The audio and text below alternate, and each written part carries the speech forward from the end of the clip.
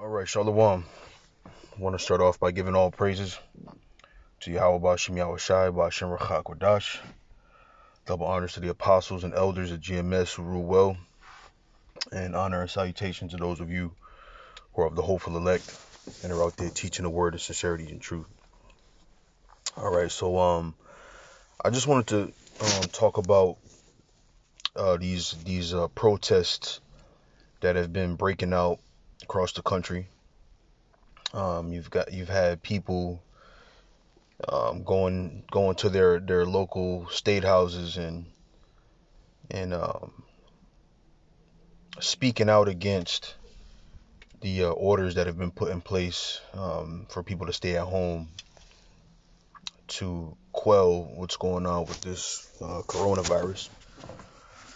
And for the most part, you know, people are upset about it. Um, it's what you're noticing or what you're witnessing is the sense of entitlement that Esau has. So because let's say this, right?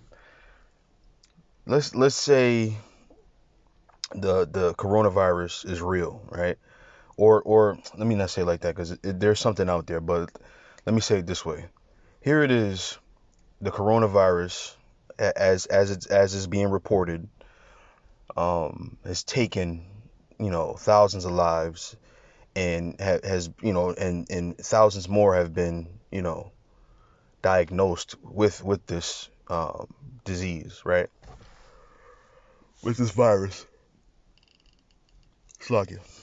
And Esau is so entitled that he's willing to risk his life to to I guess stand up against the orders that are trying to or reported to be trying to help the situation and to reduce the number of cases and infections.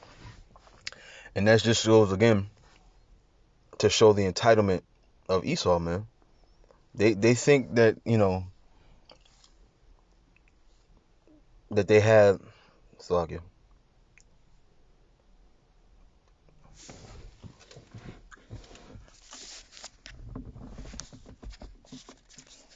Salakia. Give me 1 second.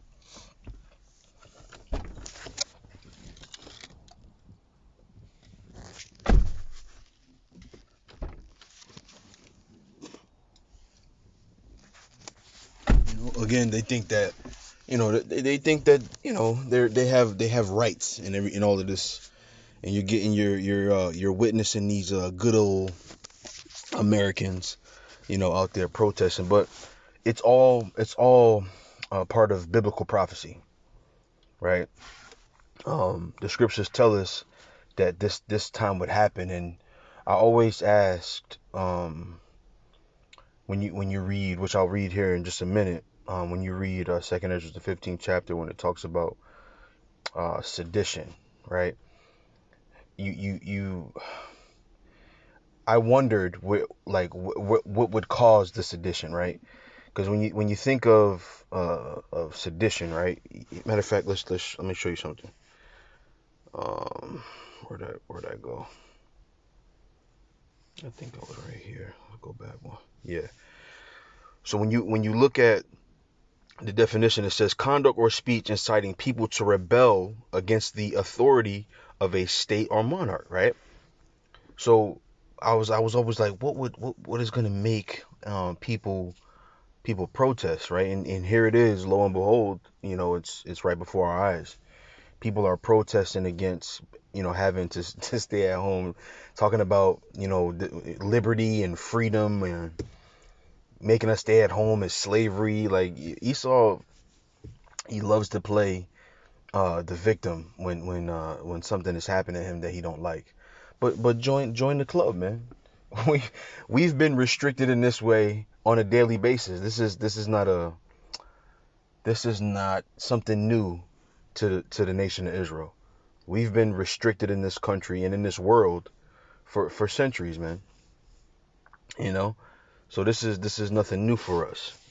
But I wanted to talk about it, because it's pertinent and it's prophetic that people are standing up against the United States government, right? So I'll read this article, then I'll hit the scripture really quickly, and then I'll, as always, get out of your way here. So this is coronavirus. This is a matter of fact. Let me say where it's from. This is from BBC News. It says coronavirus lockdown protests. What's behind the U.S. demonstrations, right? So there's a little caption here underneath this picture. It says across the country, groups of Americans are taking to the streets in protest of lockdown orders aimed at limiting the spread of COVID-19. Why?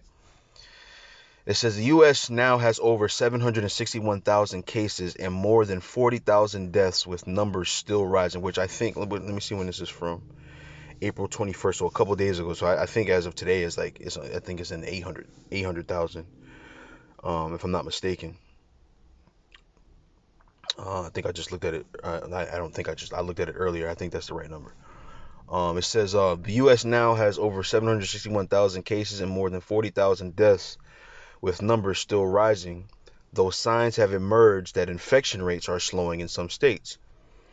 Some states are beginning to ease restrictions, reopening parks, beaches, and some small businesses in the coming days, but most of the U.S. remains under some form of stay-at-home order. In over a dozen states from coast to coast, protesters have taken to the streets, blocking roads and honking car horns. Why are they protesting? Those taken to the streets say that the stringent measures restricting movement and businesses are unnecessarily hurting citizens. It says protesters say the stay-at-home measures imposed by state governments to control the spread of COVID-19 are an overreaction. Some have also come bearing firearms, as gun rights groups have been among the organizers, citing infringements on civil liberties, man. So this is, by definition, this is sedition, right? And if you look it up, matter of fact, I might still have it pulled up here. Let me see if I go back one. No. So if you look it up, there was an act put in place by, I believe, Andrew Jackson. This is it right here. Let's see.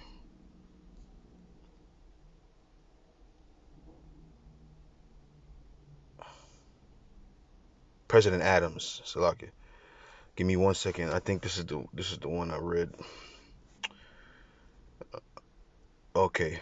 This is it says 19E, the Alien and Sedition Acts.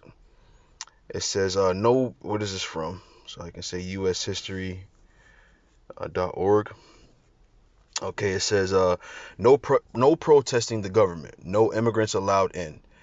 I'm sorry, these are questions. No protesting the government, no immigrants allowed in, no freedom of the press, lawmakers jailed.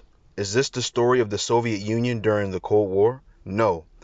It describes the United States in 1798 after the passage of the Alien and Sedition Acts. The strong steps that Adams took in response to the French foreign threat also included severe repression of domestic protests. A series of laws known collectively as the Alien and Sedition Acts were passed by the Federalist Congress in 1798 and signed into law by President Adams. These laws included did I say John Adams? No, I'm insecure about it. These laws included new powers to deport foreigners, as well as making it harder for new immigrants to vote.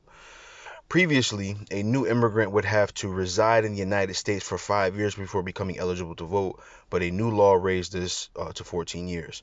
So if you go into this, I didn't want to get derailed here, but if you go into the Sedition Acts, basically it was written into law that it was illegal to protest against the United States government. But what are you seeing here? You're seeing protests. Did I lose it? Oh, here we go. You're seeing protests all over the country, man. People talking about losing their civil liberties and whatnot, and they're protesting against the United States. But this is nothing more, again, than sedition of men, man. This is the time we're in, right?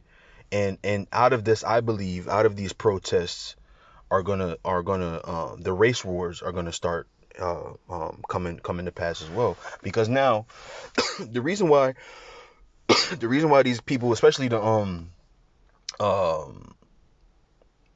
the uh the gun rights activists, the reason why they're so comfortable and coming out with their guns now and being more belligerent is because they feel like they have the backing of Donald Trump, right? And if Donald Trump is the so-called leader of racism, or he may not be the leader of racism, but he's definitely the person who um kind of kicked it back up, kind of kicked the dust, if you will, right? You have a pile of dust sitting there, right? And when it's at rest, it's fine. It's just a pile of dust. But when you kick your foot through it, it starts creates a cloud of smoke, and that's what's happened, man. Donald Trump has been the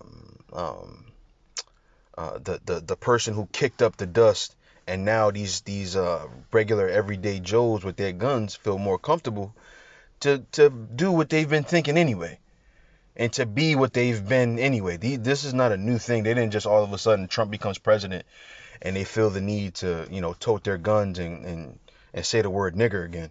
Like this is what they've been wanting to do. This is what they've been doing in the privacy of their own home.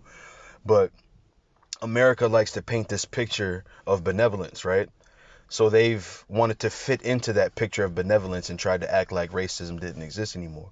But we've always known that racism exists, right? So continuing on, it says, some also say keeping these restrictions in place too long will cause long-term damage to local economies. Um, let's see. I'll see if I want to read any more of this or get to the scripture. But boom. But check this out though. And it shows where they're protesting, right? Mostly Middle America, right? Which those are where your rednecks and hillbillies live, right? And these are the most these people are I'll say in respects to the Massachusetts license plate, the spirit of America. Like these redneck hillbillies that, I'm an American. I'm an American. I'm gonna shoot my gun and I'm gonna pay my taxes and to fucking to fucking pardon my language, but they are the picture of America. These protesters are what America is, man. Right?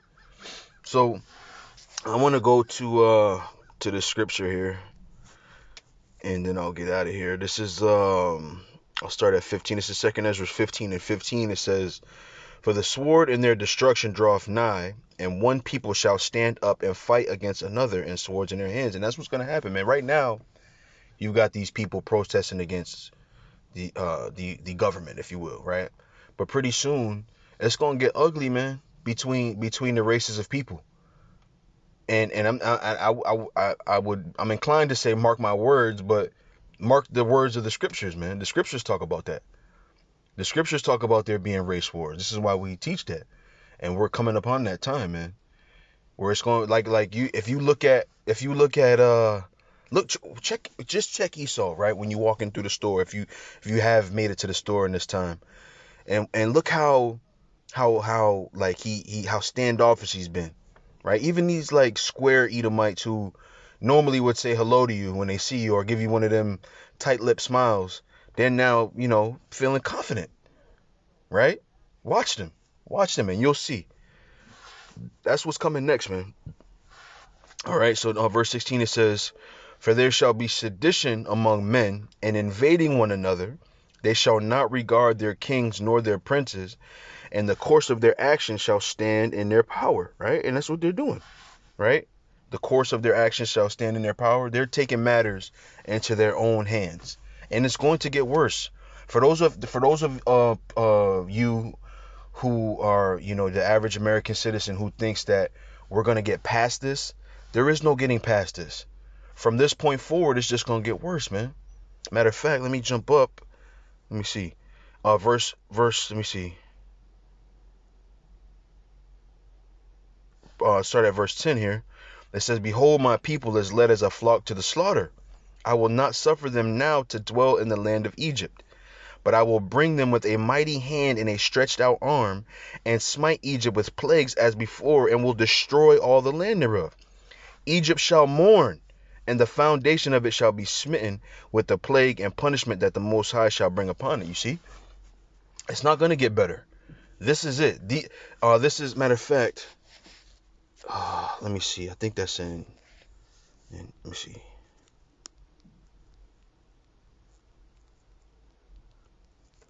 Let's see.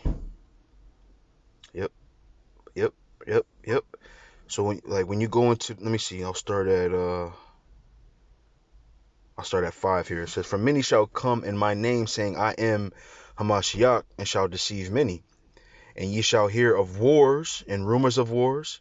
See that ye be not troubled, for all these things must come to pass, but the end is not yet." Right? "For nation shall rise against nation, and kingdom against kingdom, and there shall be famines and pestilences and earthquakes in diverse places. All these are the beginning of sorrows." Right? So this is just the beginning, man. We just getting started. You know, it's like when you watching a movie, right?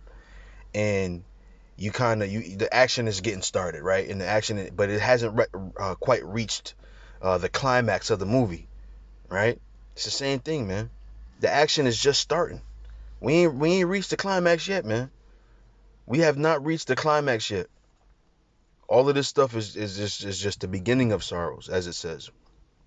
All right. So with that, hopefully that was edifying. That was a quick one. That's what I intended it to be. Lord's will. Again, it was edifying. I want to give all praises to Yahweh Bashem, Yahweh Shai Bashem, Rachak Wadash, double honors to the elder apostles and elders, and then honor and salutations to the hopeful elect. And with that, I say shalom.